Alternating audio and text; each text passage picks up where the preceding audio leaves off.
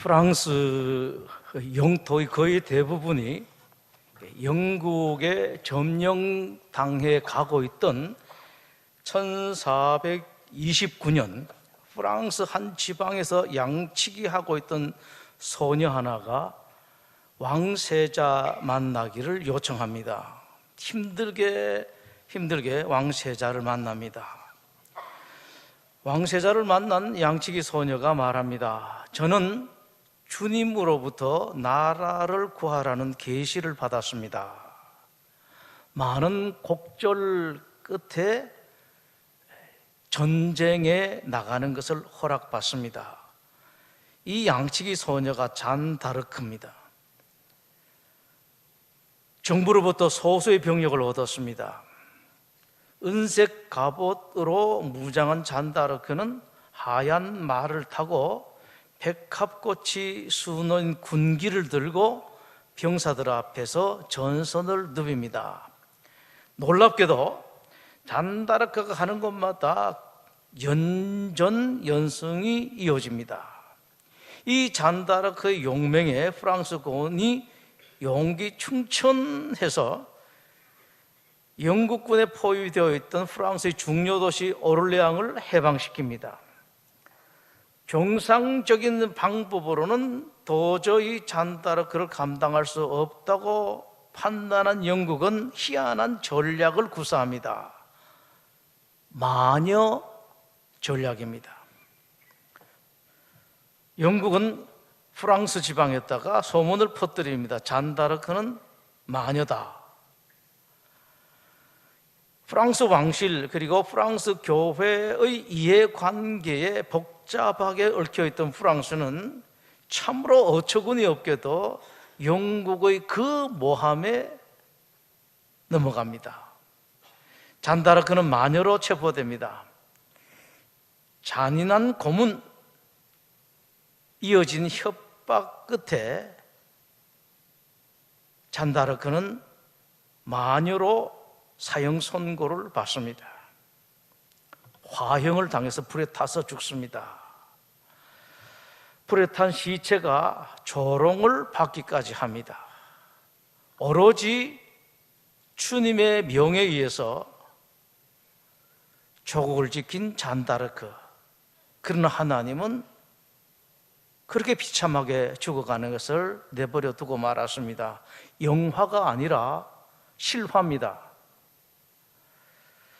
하나님의 충성스러운 종 세례 요한이 이스라엘 왕 헤롯에게 괘씸죄에 걸립니다. 감옥에 갇힙니다. 그러나 감옥에서 구원되지 못하고 죽는데 비참한 죽음을 당합니다. 목이 베어서 쟁반에 담긴 목이 수많은 사람들의 조롱거리까지 되고 말았습니다. 이 세례 요한이 죽기 전에 자기 제자들을 예수님께 보내서 질문을 했습니다. 2절입니다.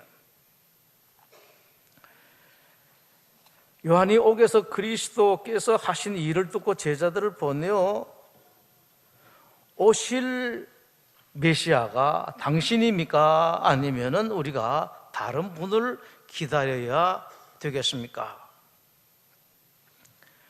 예수님께서 대답을 하십니다. 4절에 너희가 가서 보고 듣는 것을 요한에게 알리되 맹인이 보고 못 걷는 사람이 걷고 나병 환자가 깨끗함 받고 못 듣는 자가 듣고 죽은 자가 살아난다 라는 것을 전하라 라고 말씀합니다. 사실 세례 요한은 예수님이 메시아이신 것을 이전에 이미 확실하게 알았습니다. 사람들에게 자신 있게 말하기도 했었습니다. 요한복음 1장 29절에 그것이 기록이 되었습니다.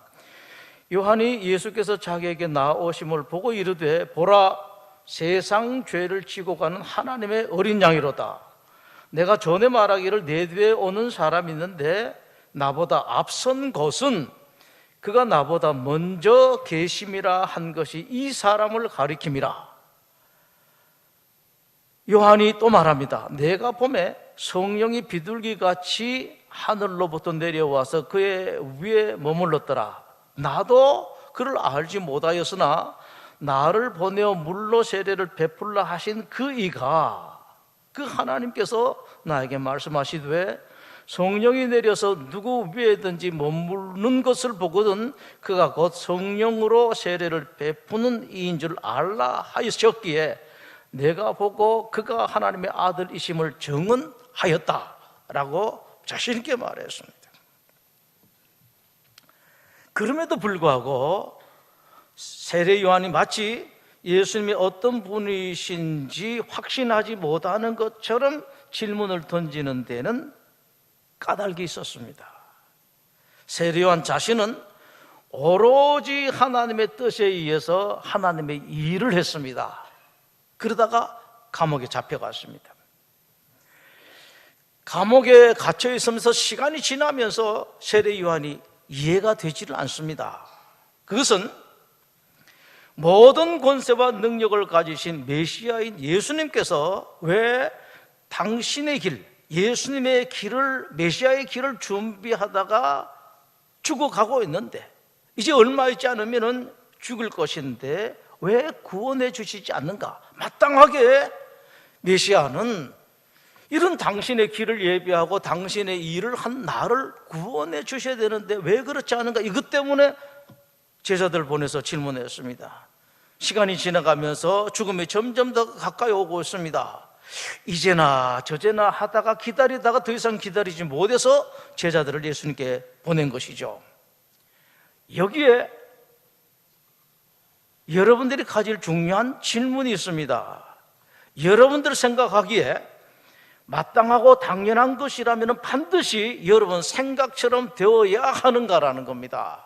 예를 들면은 예수님을 잘 믿는 사람이라면 반드시 잘 되어야 되는가? 문제가 일어나지 않아야 되는가?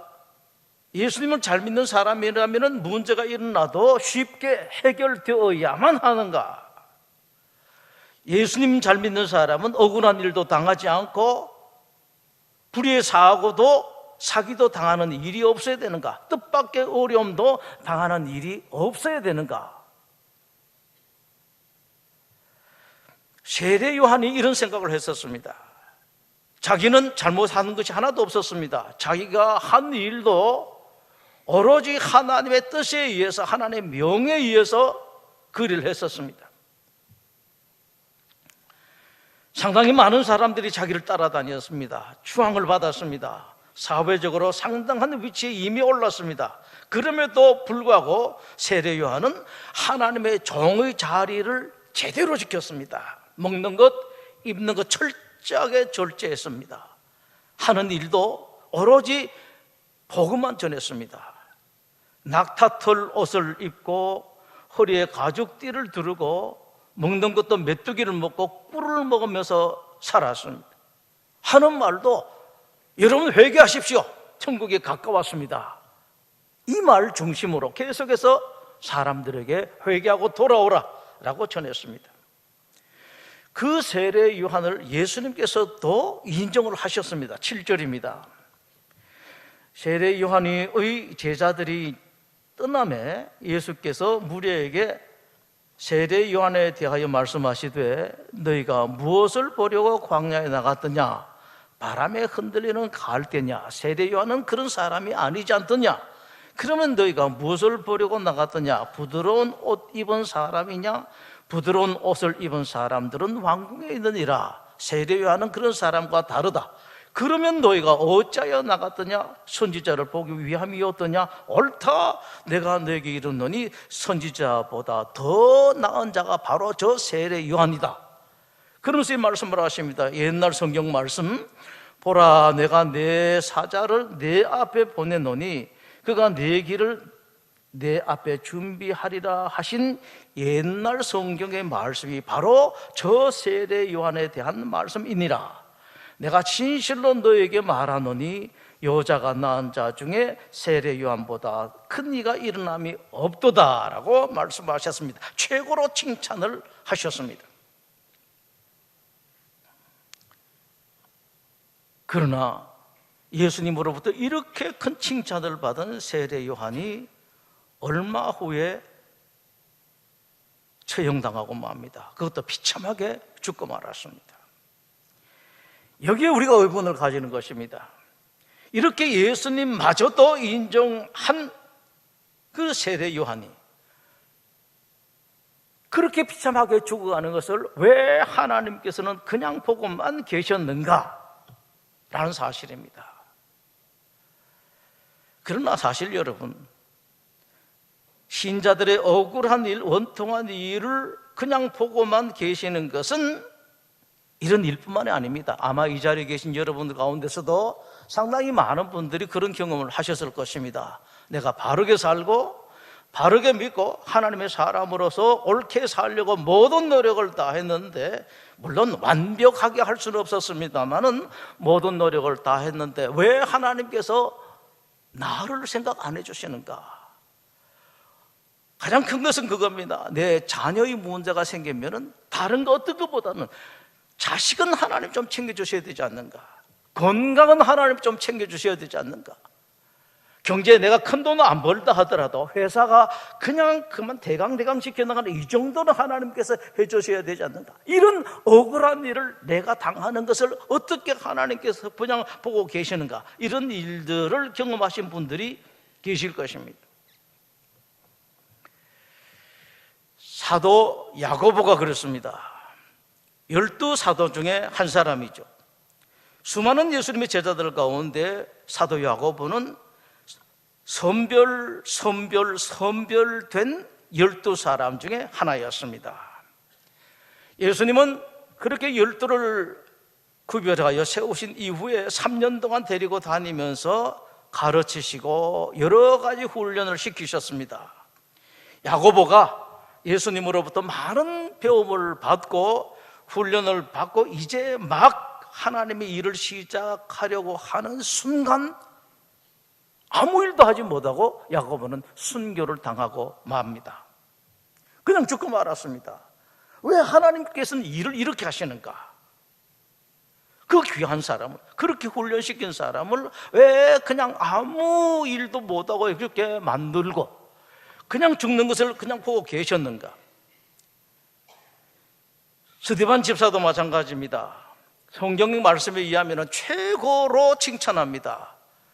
인격, 신앙 인격에 그보다 나은 사람이 없을 정도라고 칭찬하십니다.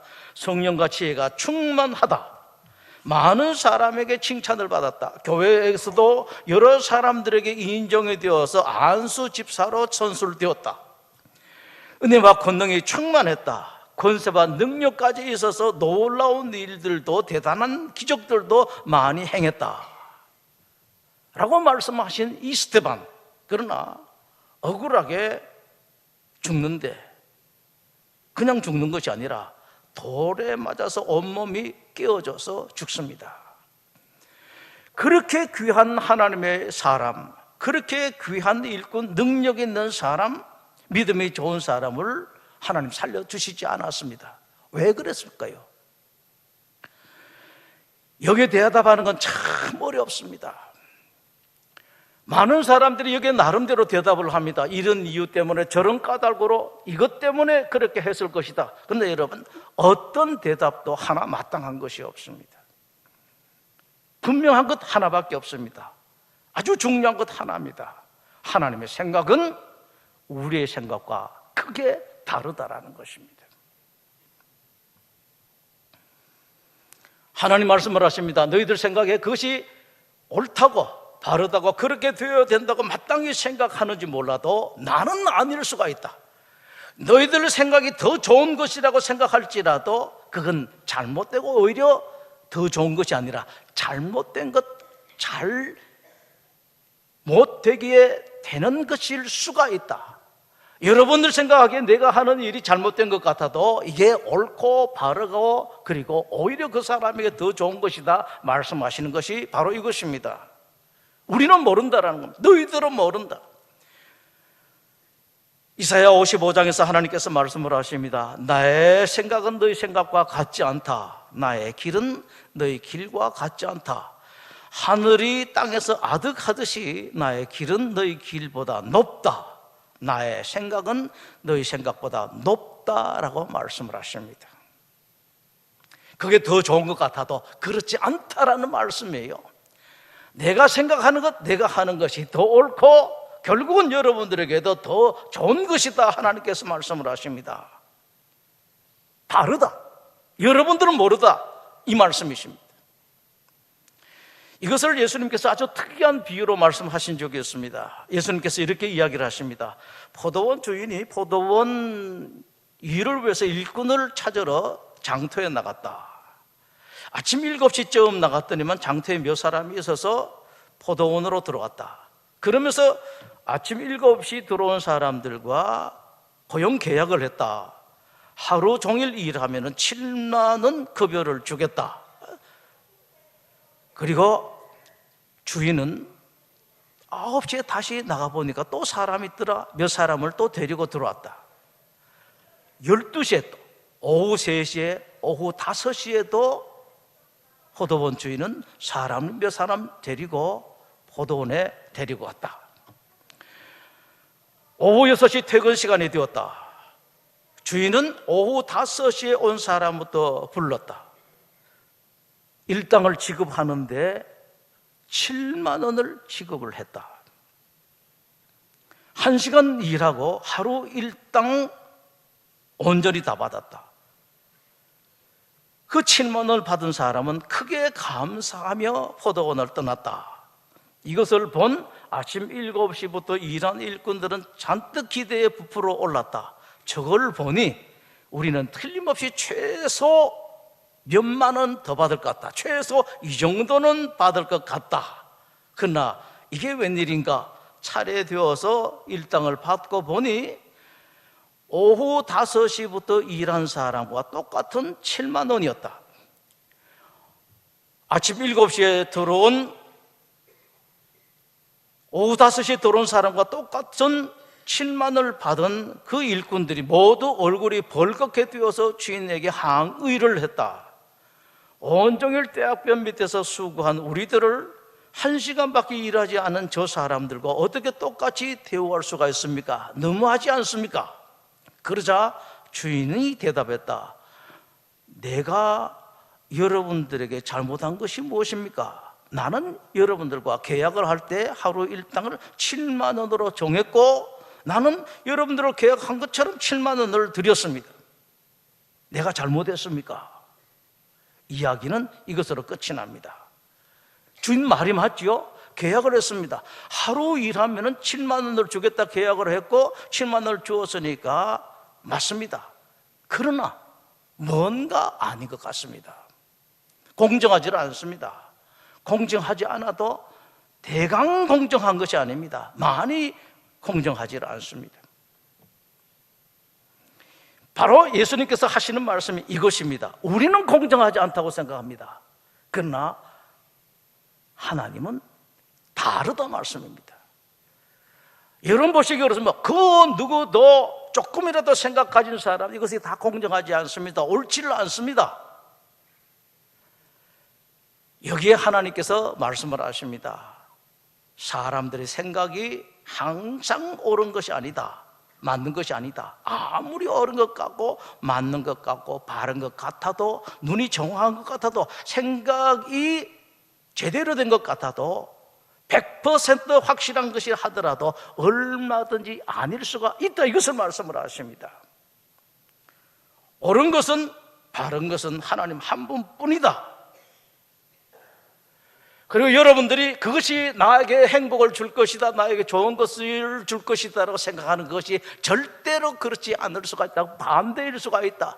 내가 하는 것이 여러분들에게 설사 안 좋게 보인다 하더라도 그러나 그것이야말로 여러분들이 정말로 좋은 것이고 여러분들의 행복을 줄 것이다 라고 말씀을 하십니다. 그 진리를 예수님은 요한복음 5장에서 이렇게 말씀을 하십니다. 나는 스스로 아무것도 할 수 없노라. 무슨 말씀입니까? 나는 내 생각대로 하지 않는다는 말씀이십니다. 나도 생각했지만은 내 생각대로 하지 않는다. 누가요? 하늘의 하나님이 땅에 내려오셔서 그렇게 말씀을 하셨습니다. 나는 무슨 일이든지 나의 뜻대로 하려 하지 않는다. 오로지 나를 보내신 하나님 뜻대로 한다. 예수님께서 이 말씀을 하셨습니다. 왜냐하니까 인간으로 온 이상 나는 인간의 생각을 가지고 하나님의 생각을 따라갈 수가 없다라는 말씀입니다. 이것을 예수님은 말씀만 한 것으로 끝나지 않고 십자가를 앞두고 이렇게 기도하십니다. 아버지, 할 수만 있으면 십자가는 안 졌으면 좋습니다. 그러나 제가 바라는 대로가 아니라 아버지 뜻대로 하시옵소서. 그리고 예수님 확인하십니다. 나는 안 지기를 바라지만은 하나님의 뜻은, 아버지의 뜻은 내가 십자가를 지는 것이구나 확인하고 난 뒤에 기꺼이 십자가를 지셨습니다. 그 까닭은 하나님 생각이 더 옳다라는 것을 예수님께서 아셨기 때문입니다. 따라서 여러분들이 진정한 하나님의 사람이라면 항상 생각해야 할 것이 있습니다. 내 생각, 우리 생각이 틀릴 수가 있다라는 것입니다. 심지어 내 생각이 하나님의 뜻인 것이 확실하다라고 확신되는 것조차도 여러분들이 생각할 것은 어쩌면은 내가 하나님의 뜻을 잘못 확신할 수가 있다. 이거 생각해야 됩니다, 여러분. 신자라도 물론 각각의 의사를 가질 수가 있고 의사 표현할 수가 있습니다. 그러나 여러분 부디 잘 아십시오. 참된 기독교 신자들, 참된 하나님의 사람들은 자기 의견에 대해서 강하게 주장하지는 않습니다. 내 생각이 꼭 옳다고 단정하는 것 참된 신자들 하질 않습니다.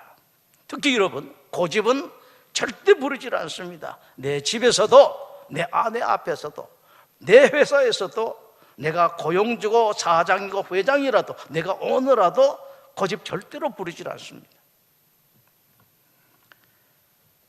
왜냐하니까 참된 신자들은, 참된 하나님의 사람들은 내 생각이 언제든지 틀릴 수 있다는 것 알고, 내 생각과 세상의 주인이신, 내 인생의 주인이신 하나님 생각 다를 수가 있다는 것을 알기 때문에 그렇습니다.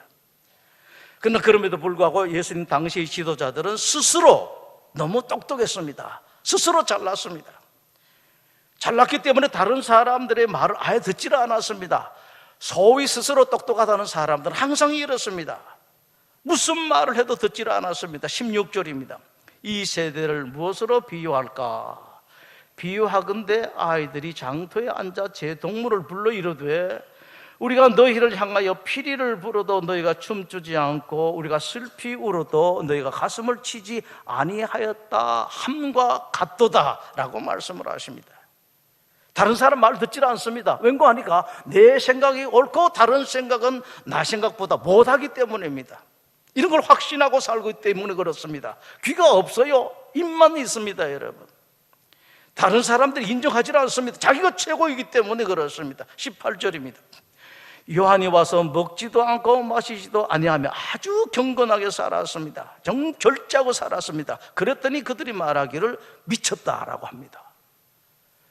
19절은 예수님입니다. 예수님이 오셔서 세례 요한과 달리 잡숫기도 하고 마시기도 했더니만 한다는 이야기가, 보라 먹기를 탐하고 포도주를 즐기는 사람이요 세례와 창녀들의 친구로다 합니다. 이렇게 하면은 이렇게 하고 아무도 인정하고 싶지 않습니다. 끝까지 어떤 말도 안 듣고 누구도 인정하지 않고 자기네들 고집만 부리다가 결국은 망하는데, 자기가 망하고 자기 집이 망하고 나라를 멸망시키고 말았습니다. 그 당시 잘난 사람들은 일반 시민들도 마찬가지였습니다. 여러분, 지도자가 그런 생각을 하면 따라가요. 가장 되신 여러분들 부디 이 부분 잘 아시기 바랍니다. 나라의 지도자들이, 종교 지도자들이 그러니까 다 따라갑니다. 특히 교인들은 더 잘 따라가요. 착한 교인들이기 때문에 그렇습니다. 20절 보시죠. 예수께서 권능을 가장 많이 행하신 고울들이 회개하지 아니하므로 그때 책망하시되 화 있을진저 고라시나 화 있을진저 베세다야 너에게 행한 모든 권능을 이방인 두로와 시돈에서 행하였더라면 이방이라도 그들이 벌써 베옷을 입고 제에 앉아서 회개했을 것이다. 내가 너에게 이르노니 심판날에 두로와 시돈이, 이방이 이스라엘 너희들보다도 훨씬 견디기 쉬울 것이다. 가브나움아, 내가 하늘에까지 높아지겠느냐? 음부에까지 낮아지리라. 내게 행한 모든 권능을 옛날 죄 때문에 멸망당한 소돔에서 행하였더라면 그 성이 오늘까지 멸망당하지 않고 있었을 것이다. 내가 너에게 이르노니 심판날에 옛날 그 소돔 고모라 땅이 너희 이스라엘보다 견디기 쉬울 것이다 라고 말씀하십니다. 끝까지 믿지 않습니다. 지도자들도 그렇고 일반 백성들도 마찬가지입니다. 이런 경향은 예수님의 당시 사람들뿐만 아니라 그 모든 성경의 역사, 이스라엘의 역사, 세상의 역사를 눈으로 확인한 오늘날에도, 심지어는 하나님을 믿는다는 기독교 신자들까지도 거의 비슷합니다. 이게 지금도 십자가에 달리신 예수님께서 기독교를 보면서, 기독교 신자들을 보면서, 기독교회를 보시면서 한탄하시는 내용이 바로 그것입니다. 얼마나 답답하셨으면 이렇게까지 말씀하셨겠습니까? 15절입니다. 귀 있는 자는 들을지어다. 다 나한테 하는 말씀이라고 생각하지 않습니다. 옛날 이스라엘에 대해서 하시는 말씀이고, 안 믿는 사람에 대해서 하시는 말씀이고, 다른 사람에 대해서 하시는 말씀이다.